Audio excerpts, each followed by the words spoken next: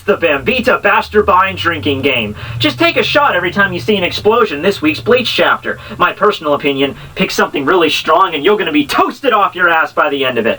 I'm not going to be participating, of course, because I'm not 21 yet, and that's wrong. Yeah. Tekking101 speaks to America. Just go to it.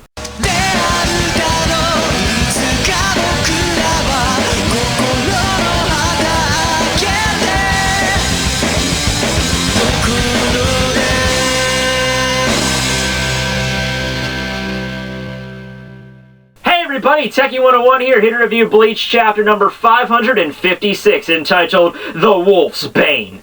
Or is it The Wolf Bane? I don't know, because my laptop got sick this morning, and I have to write all this shit down like I'm a fucking animal.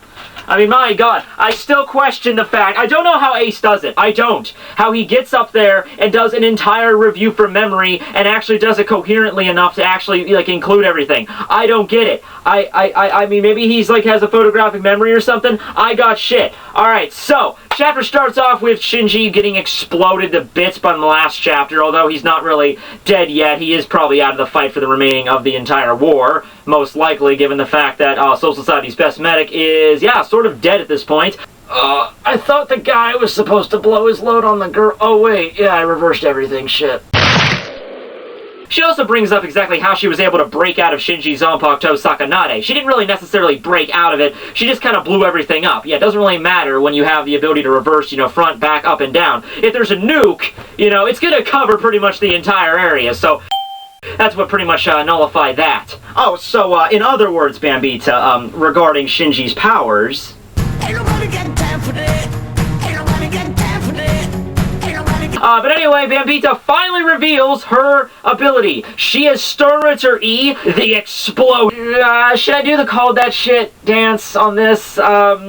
Not really, because everyone was kind of expecting that. I mean, at the beginning it was kind of vague because her ability was just, we didn't really know much about it, because, you know, we saw her with the scimitar, then we saw her kill the dude after she fucked his brains out, then we saw her do that weird, you know, square thing in her area. So back then it was really vague what it was, but in the last couple of chapters she's been making it blatantly obvious what her ability is, so not a big surprise. Oh, you better stand back now, Shinigami, because I'm gonna be angry birding the hell out of this place.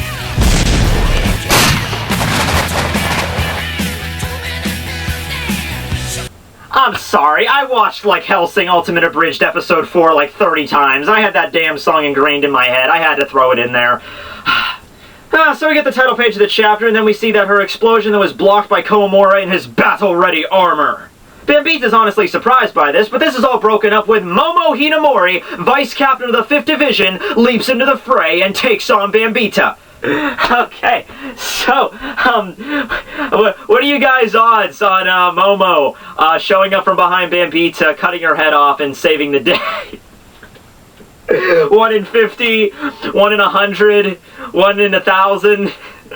Because I'm totally sure she's gonna do this. You know, I'm gonna take mercy on her. I'll put $5 on her saving the day and 100 on Bambita kicking her ass. I think that's going a little bit too fair for her, but we'll go ahead with it, right? Oh, hey, what a surprise! It didn't work, and oh my God, watch out, Momo! She's turning into Tomoko Kuroki from It's My Fault I'm Not Popular. Run for the hills! Her emo-ness will ruin us all. That's what E should have been! The emo! Oh my God, that would have been an awesome power! That would have been like a Perona from One Piece, you know, the ability to, like, make everybody really negative. Like, you could, like, in the Bleach universe, that'd be hilarious. That would be like, she uses that on Shinji, and Shinji would just be like, oh my God, I'm not gonna get any girl to like me, oh my God, I'm so pathetic.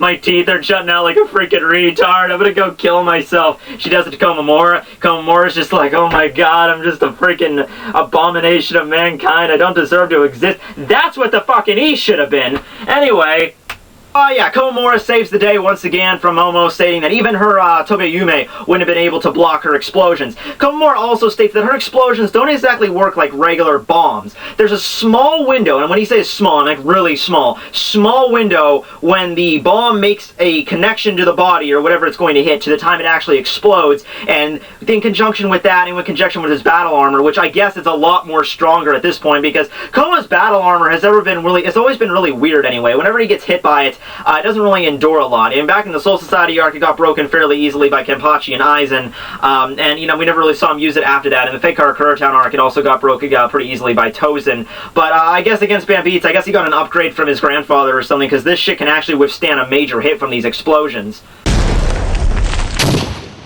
Bambita notices that he's taking the punishment so well and states that these explosions cannot be negated, and Komamura was smart enough to at least figure out that he had to block them instead of trying to figure out some way to defuse them. She also goes on to clarify that these are not just simple reishi bombs, like she's condensing reishi into a sphere or something, hurling at her opponent, it just blows up. That would be too simple for the Bleach universe, right? No. Basically here, it's she can turn anything she wants to, and when she endows her Ryatsu into it, she makes it to explode. A better analogy is think of Bambita as Sniper from Yu Yu Hakusho. Instead of just condensing whatever he wants into a bullet or a projectile, she makes it an exploding device, basically.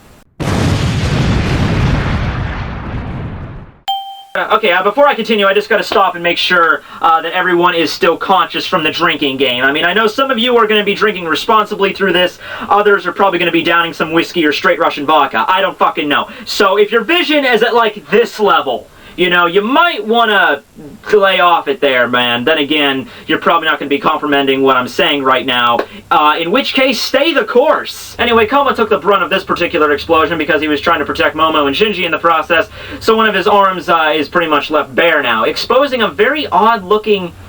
What the hell is that? It's like, part of it's, you know, hairy, and the other part is, like, human, but then the other part is, like, blackened. How very peculiar. So the smoke clears and Bambita finally gets a straight view of Komamura, who has turned human. Wolfman. You know, whatever. He's definitely more human than he looked before. Hey guys. Guess what? Guess what? Play the clip. My first theory is, and just bear with me on this, it's probably not going to happen, but I just have a crazy theory. Maybe Komamura got transformed into a regular Shinigami. Just bear with me on this, because...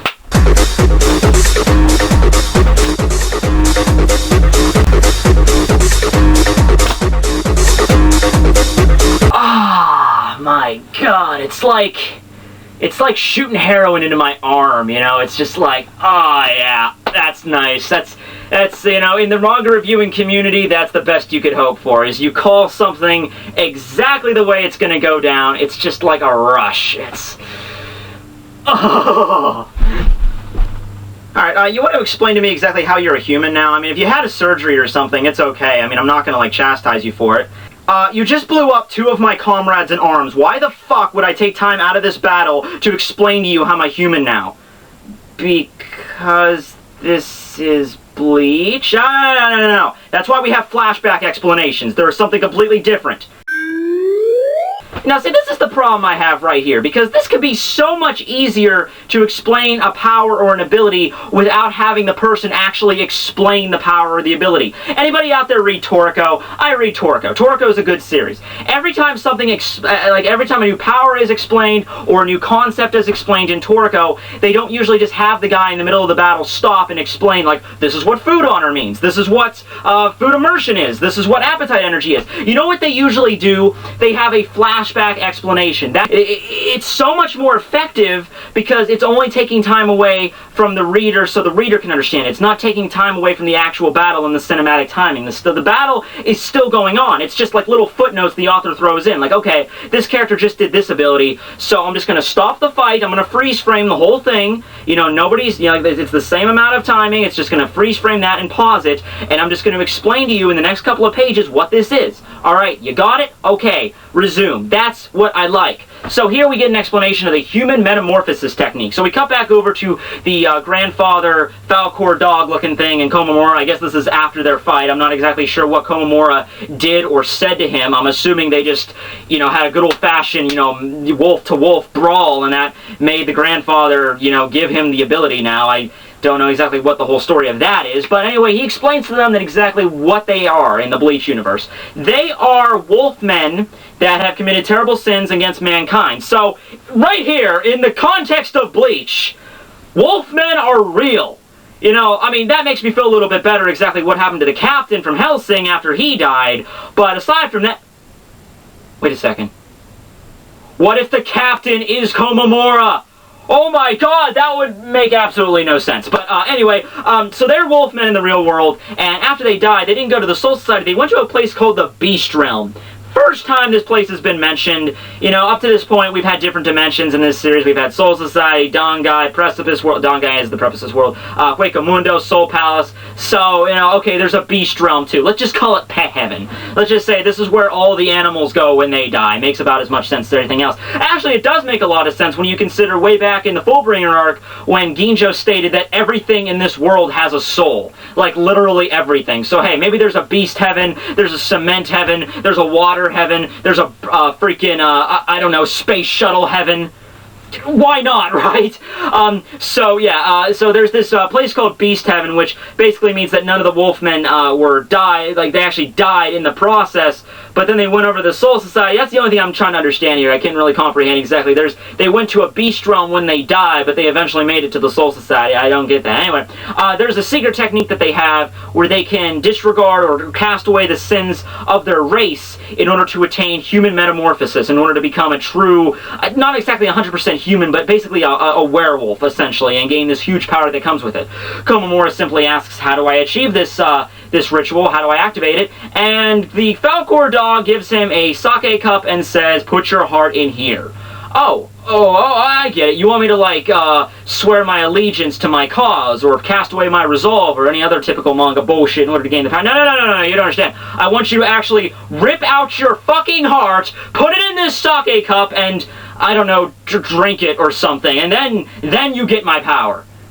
You mean like in Temple of Doom? Exactly like in Temple of Doom, except a little bit less cheesy somehow. Yeah, didn't call that. I mean, really, when he said the whole "put your heart in here," I thought they were gonna have some roundabout, you know, reason. It's like in Naruto when they say, "Naruto, you have to die now." I'm like, oh, like, no, that's not what we meant. What we meant was you have to be perfectly still. You know, okay, I thought they were gonna do some shit like, no, Komamura has to actually rip out his heart Indiana Jones style. So, first he hesitates, of course, you know, obviously, right? But the Falcor dog asks him, oh, what, cackle out your tongue? You scared? You're under no obligation to save those Shinigami, you know. You can just hide in this cave. Komamura, of course, has this typical spiel about how he's such an honorable warrior, and Yamamoto saved him, and the Quincy's killed Yamamoto, so therefore he has to bring a vengeance to his grave, and how all of his comrades are going to be fighting, and he has to be part of that fight, and hey, maybe at the end of the day, maybe he'll be able to redeem their clan and cleanse them of all their sins. I mean, hey, Soul Society's under new management now, so after the whole battle's over, maybe they'll get like granted like a green card or something. I don't know. Regardless, Komamura, Kalima. Yeah, okay, this is totally working.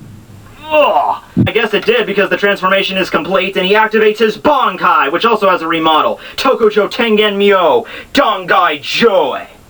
Essentially, the armor that the Tokujo Tengen Myo was wearing gets ripped off as well, revealing this really emancipated skeletal structure wrapped in this rope. So I'm sure there's going to be a power boost there. Actually, just came to a good comparison there between his Bankai and his real life, because you could look at it like Komamura is always covered in armor, and beyond the armor, there's also the cover of his wolf exterior, of his dog exterior. Like, that can be seen as another layer of armor he has. So when he strips that away, his Bankai finally gets stripped away of its proper armor. And maybe his Bankai was being hindered this entire time. Maybe this is like his full power. Maybe before it was only like half power or something, because Komamura was only at half power. I'm gonna say this is a good doubling of his power, just off the set, but because they didn't really give a number on how stronger he would get. So I'll just go with the typical 2 times.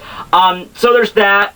There's also the fact that some of you might be saying, oh, human metamorphosis technique. This is what Yoruichi uses. This is the cat transformation. All right. No. I'm still calling bullshit on that, because Yoruichi did not have to rip her fucking heart out to turn back into a human, alright? And if they mentioned that at all, maybe if the Falcor dog said something like, oh, well, there's another clan, like the cat clan, like the Shihoin cat clan that's able to do this. Alright, since the fact that the Beast Realm was mentioned, we can also go on to say that maybe Yoruichi is somehow related to the Beast Realm, but there's no way the transformation method is the same, because there's not even a comparison here, because Yoruichi, when she becomes a human, she doesn't have any cat features at all. I mean, yeah, her hair kind of looks like cat ears, but Komamura had the dog ears, plus he had fur all over his body. It's not like Yoruichi is covered in hair, plus she has the cat ears and a tail sticking out of her body. Her transformation is something completely different. It might be related to the Beast Realm, but it's not going to be the same transformation method with the heart and everything. It's something completely different. So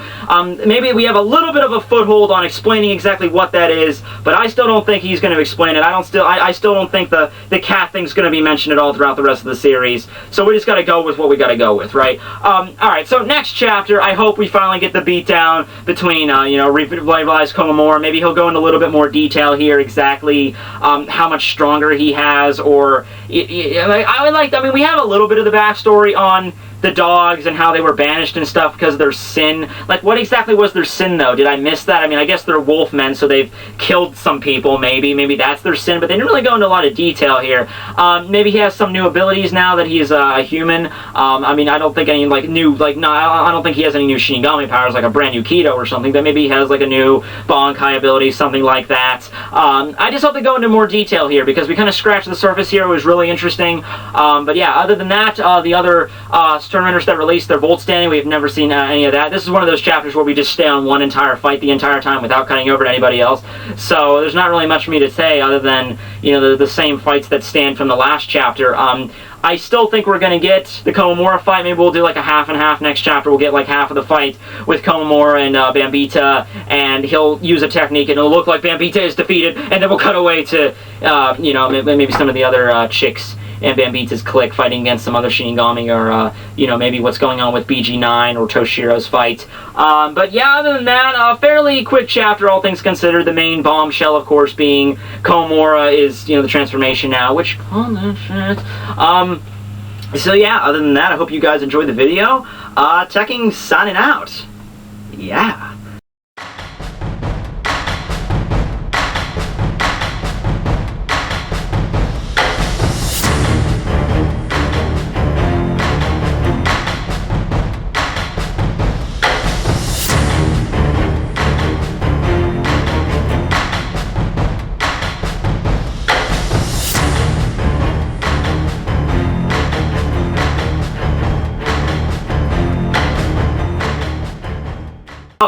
By the way, I hope you guys are still awake from the drinking game. Sorry for putting that torture on your souls.